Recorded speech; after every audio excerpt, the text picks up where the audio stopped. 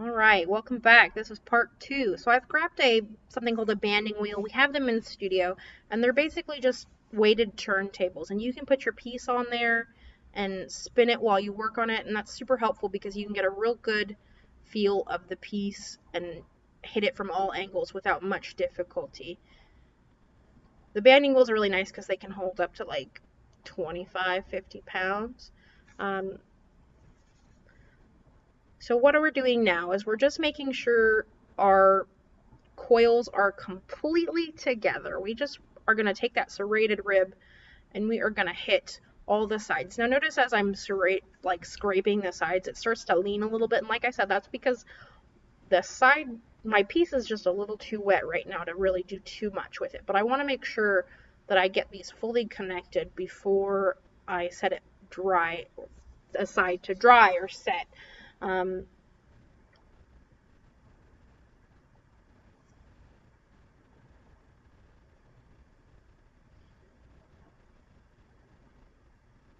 hit it from all sides. And this is why the banding wheel is so nice, because you can just really get in there and turn it and pinch it, and without much struggle, get all your bits connected and together.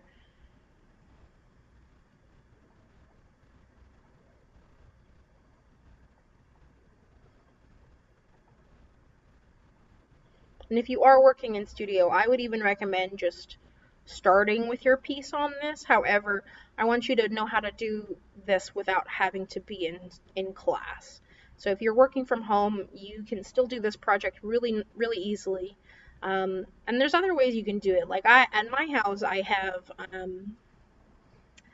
an old microwave caster. So like the inside of your microwave has a little turntable situation, and usually it's just a set of wheels with a plate on top of it.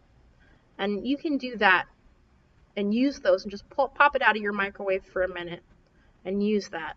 So what I'm doing now is I'm taking my sharp knife. I don't have an X-Acto knife, but this is a pretty sharp paring knife, and I'm taking off that uneven edge. So that way when I go back to put the next layer on, I'm starting from a level plane. I'm also sort of pinching it inward, so I have a nice like sloped curve to work from, because I'm going to work in pieces on this part. We're gonna do a top half instead of working from the bottom, and this working in two pieces allows me to work quickly.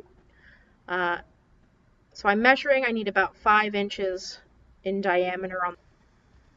All right, all done. So clean your workspace up, because a clean workspace is a happy workspace. Those crummies will mess up your pot. So just, if you get them out of the way, you won't have regrets later. So in the previous part of the video, we measured that the top of our other pot was about 5 inches. So that's sort of what I'm shooting for now. That way when I attach the bottom to the top, it's going to line up nicely.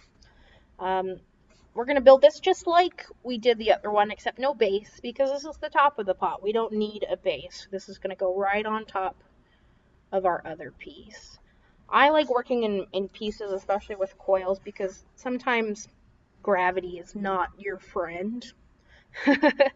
When you try to work fast or work quickly, especially with coiling, if you work too fast and you're doing too much at once, your pot is likely to crumble in on itself. And we don't want that, because we've already put in all this time and effort. So sometimes, especially with like bigger pieces, working in sections can be really helpful. So that's what we're doing here. We're going to make the top half of the pot. And especially for the shape we're going for, this is really just recommended, because especially when you go from something that's really wide to something that's really narrow, that connection point of wide to narrow can sometimes fight physics a little bit, and sometimes they just fall in on itself. And this is true just across the board. So we're gonna eliminate the structural struggle by just making the distance between it and the next coil not so vast. And by making it in this smaller form. We're not putting all the pressure on that big vase that we've already made. We're going to let that vase, take on this pressure when it's ready for it, when it's a little more sturdy. And I think, you say things like that and you're like, well, me too, bud, me too. Because think about it. You've got to be sometimes emotionally ready for things. So if you work in pieces and give yourself time to set up for the next bit, you're more likely to succeed. So let's make our lives more successful, and let's just work in pieces. Let's work in stages. We're going to learn how to work in clay bit by bit.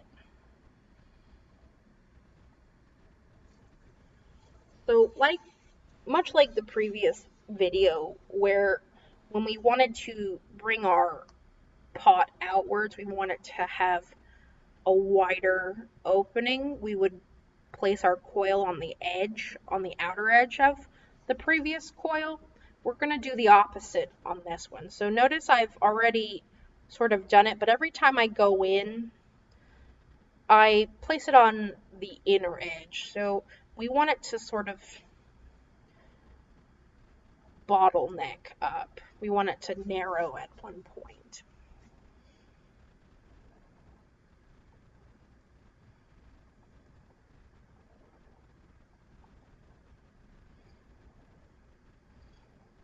And especially with coiling, notice how my coils are they're not super wet, but they're also not super dry. So that allows me to have this sort of flexibility with moving them, that if they were much drier, they would maybe break. So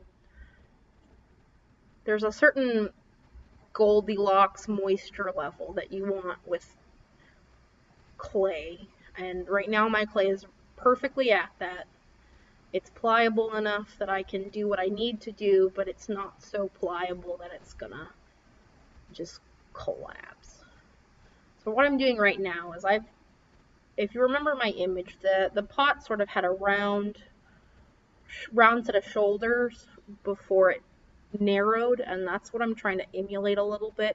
I'm also just trying to compress my clay together. I want it to be nice and clean and work. So what I'm doing now is I'm using the edge of my wooden rib. It's got a nice firm edge, and I'm creating just like a visual seam, not an actual seam, but a visual seam of where I want my pot to start narrowing. And I'm motioning to you how I've got that sort of decorative rim. So I'm going to go roll a coil that'll just fit that decorative rim and solve our problem. So let's just vibe a little bit right now while I go grab some more clay. And let's talk about how we talk about pottery. Notice I was using terms like shoulder and belly and neck. When we talk about ceramics, we often refer to it in reference to the human body. There's a lot of historical reference to that, So think about your pot as a living vessel almost. It's its own thing. Give it a soul, give it a spirit, whatever you want. That terminology, that inner talking that we have, at least in reference to the clay as a human form, really gives it some extra emotional weight that doesn't exist in other art forms, because it's not flat. It's got volume. It's voluptuous. And we can really get a sense of its presence, its physical presence. So first things first, that wasn't very even, but I'm gonna even out the top, because I want a nice flat ring to put my decorative coil on.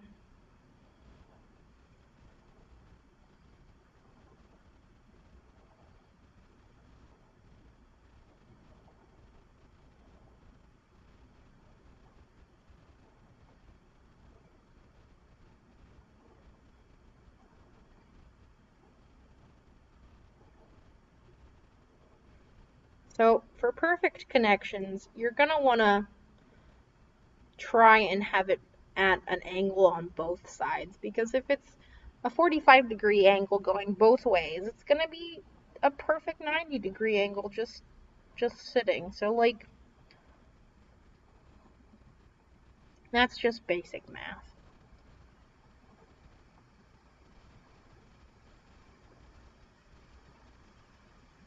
So I'm going to take a little water and I'm just going to run it around and sort of smooth out the edges here and do some pinching, and I'm going to compress and bring together the insides of those coils because I want it to be nice and even and well put together. So from here, I'm taking the rounded edge of my metal rib and I'm sort of pushing it lightly into the side of the neck.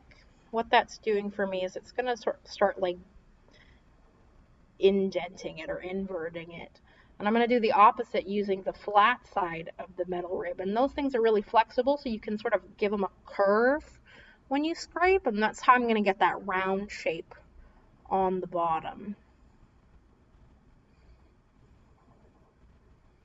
Now, this is adhered to the banding wheel. Remember when I was talking about how if it's a metal table or like if it's not porous, it'll just stick, and that's basically what has happened. So it stuck to the bottom, so I just took my wire tool and I just very carefully sliced it off. So we're going to go ahead and attach the top of our pot to the bottom of our pot because it's been sitting long enough that I feel comfortable giving that a go. And notice when we put it on, it's not exactly perfect. It's a little too big. I'm going to see if I can sort of smooth it down, but if it doesn't work, I'll probably go back and give it an adjustment. Nope, see, not good.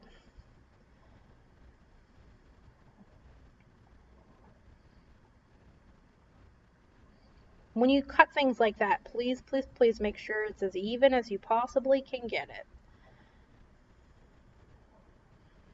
And what I'm doing now is I'm going to go ahead and attach that top half to the bottom half because I just want them to be connected. When they've sort of sat together, I'm going to go back and